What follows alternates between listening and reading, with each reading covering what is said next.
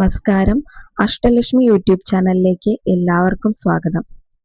ഭാഗവത പ്രകാരം നല്ല കാലം വരുന്നതിന് മുൻപുള്ള ലക്ഷണങ്ങളെ പറ്റിയാണ് ഇന്ന് വീഡിയോയിലൂടെ പറയുന്നത്.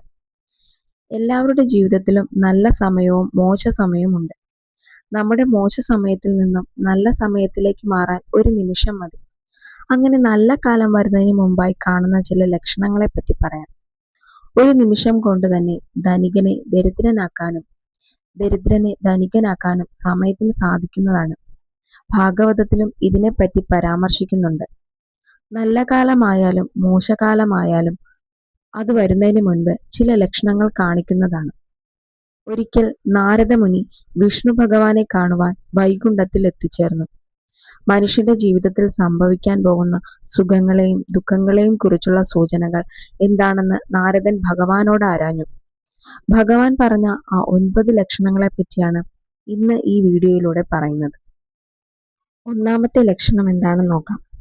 ഏതൊരു വ്യക്തിയും ഭഗവാനെ പ്രാർത്ഥിക്കുമ്പോൾ ഭഗവാൻ അർപ്പിക്കുന്ന പൂവ് താഴെ വീഴുകയാണെങ്കിൽ, അതായത് നമ്മൾ പൂജാമുറിയിലോ ക്ഷേത്രത്തിൽ പോയോ പ്രാർത്ഥിക്കുന്ന സമയത്ത് ഭഗവാന്റെ അരികിൽ നിന്നും ഒരു പൂവ് താഴേക്ക് വീഴുന്നതായി നമ്മൾ കാണുകയാണെങ്കിൽ, അത് നാം ഉദ്ദേശിക്കുന്ന കാര്യം നടക്കുമെന്നും നമ്മുടെ ജീവിതത്തിൽ ഒരു നല്ല കാലം വരാൻ പോകുന്നു എന്നും ഉള്ളൊരു ലക്ഷണമാണത്. രണ്ടാമത്തെ ലക്ഷണം എന്ന് പറയുന്നത്, ഏതൊരു വ്യക്തിയും ബ്രഹ്മമുഹൂർത്തത്തിൽ എണീക്കുകയും കൂടാതെ ഭഗവാനെ സ്വപ്നം കാണുകയും ചെയ്യുകയാണെങ്കിൽ അതൊരു വളരെ നല്ലൊരു സൂചനയാണ്. നമ്മുടെ ജീവിതത്തിൽ നല്ല കാലം വരാൻ പോകുന്നു എന്ന് അത് കാണിച്ചു തരുന്നു. മൂന്നാമത്തെ ലക്ഷണം എന്ന് പറയുന്നത്, നമ്മൾ രാവിലെ എഴുന്നേറ്റ് കണ്ണാടിയിൽ നോക്കുമ്പോൾ വളരെ പ്രസന്നമായിട്ട് തോന്നുകയാണ്. നമുക്ക് എന്തെന്നില്ലാത്തൊരു ഭംഗി നമ്മുടെ മുഖത്ത് നോക്കുമ്പോൾ നമുക്ക് തോന്നുകയാണെങ്കിൽ, അത് പലപ്പോഴായി തോന്നുന്നുണ്ടെങ്കിൽ അതും ഒരു ലക്ഷണമാണ്. അടുത്തൊരു ലക്ഷണം എന്ന് പറയുന്നത്, പെട്ടെന്ന് നാം സന്തോഷം കൊണ്ട് നിറയുകയാണെങ്കിൽ, നമുക്ക് എന്തെന്നില്ലാത്ത ഒരു ആനന്ദം നമ്മുടെ മനസ്സിൽ തോന്നുകയാണെങ്കിൽ അതും ഒരു ലക്ഷണമാണ്. അതുപോലെ തന്നെ അടുത്ത ലക്ഷണം എന്ന് പറയുന്നത്, നമ്മൾ എല്ലാവരും സ്വപ്നം കാണാറുണ്ട്. നമ്മൾ സ്വപ്നത്തിൽ നടക്കുവാൻ പോകുന്ന കാര്യങ്ങൾ മുൻകൂട്ടി കാണുകയാണെങ്കിൽ അത് ഒരു ശുഭലക്ഷണമായി കരുതാം. ഇത് നമ്മുടെ ജീവിതത്തിൽ നല്ല കാലം വരുന്നതിൻ്റെ ഒരു ലക്ഷണമായി കണക്കാക്കുന്നു.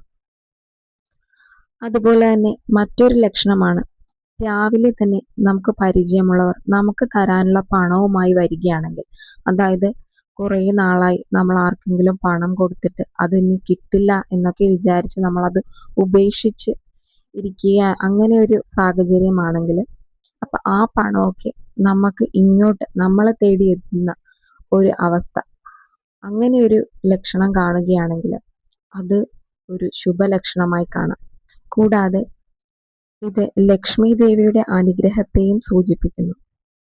കൂടാതെ പണം കയ്യിലിരിക്കാത്ത വ്യക്തിയാണെന്നുണ്ടെങ്കിൽ, പണം കയ്യിലിരിക്കാൻ തുടങ്ങുകയാണെങ്കിൽ അതും ഒരു ശുഭലക്ഷണമായി, നല്ല കാലം വരുന്നതിൻ്റെ ഒരു സൂചനയായി കണക്കാക്കാം.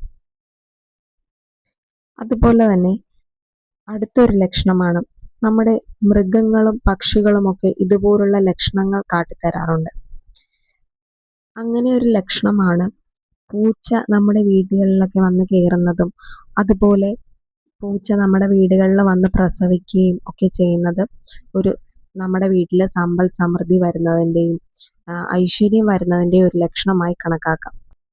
അതുപോലെ തന്നെ പക്ഷികളൊക്കെ പഴങ്ങളൊക്കെ നമ്മുടെ വീടിന് മുന്നിലായിട്ട് കൊണ്ടുവന്ന് വെക്കുന്നതൊക്കെ ഒരു ശുഭലക്ഷണമായി കണക്കാക്കാം. കൂടാതെ നമ്മുടെ വീട്ടിലേക്ക് മയിൽ വരുന്നതും പശുവൊക്കെ വന്ന് കയറുന്നതും, അതുപോലെ ആഹാരം അവർ വന്ന് നമ്മുടെ വീട്ടിൽ നിന്ന് കഴിക്കുന്നതും ഒക്കെ നല്ലൊരു ലക്ഷണമായിട്ട്, ഒരു ശുഭലക്ഷണമായിട്ട്, നമ്മുടെ വീട്ടിൽ നല്ല കാലം വരുന്നതിൻ്റെ ഒരു സൂചനയായിട്ട് അതിനെ കണക്കാക്കാവുന്നതാണ്. കുട്ടികളെ നമ്മൾ ഭഗവാനായാണ് സങ്കല്പിക്കുന്നത്, അല്ലേ? അങ്ങനെ അപ്രതീക്ഷിതമായി കുട്ടികൾ നമ്മുടെ വീട്ടിലേക്ക് വരുന്നതും വീട്ടിൽ വന്ന് കളിച്ചു ചിരിച്ച് സന്തോഷമായിരിക്കുന്നതും നമ്മൾ കാണുകയാണെങ്കിൽ ഇത് ഒരു ശുഭമായിട്ടുള്ള ലക്ഷണമാണ്. നമ്മുടെ വീട്ടിൽ നല്ലൊരു കാലം വരാൻ പോകുന്നു, നല്ലൊരു സമയം നമുക്ക് വരാൻ പോകുന്നു എന്നതിൻ്റെ ഒരു ലക്ഷണമാണ് അതിലൂടെ കാണുന്നത്. അപ്പോൾ നിങ്ങൾക്ക് വീഡിയോ ഇഷ്ടമായെങ്കിൽ വീഡിയോ ലൈക്ക് ചെയ്തും സബ്സ്ക്രൈബ് ചെയ്തും സപ്പോർട്ട് ചെയ്യണം. അടുത്ത വീഡിയോയിൽ കാണാം. സർവം ശ്രീകൃഷ്ണാർപ്പണമസ്തു.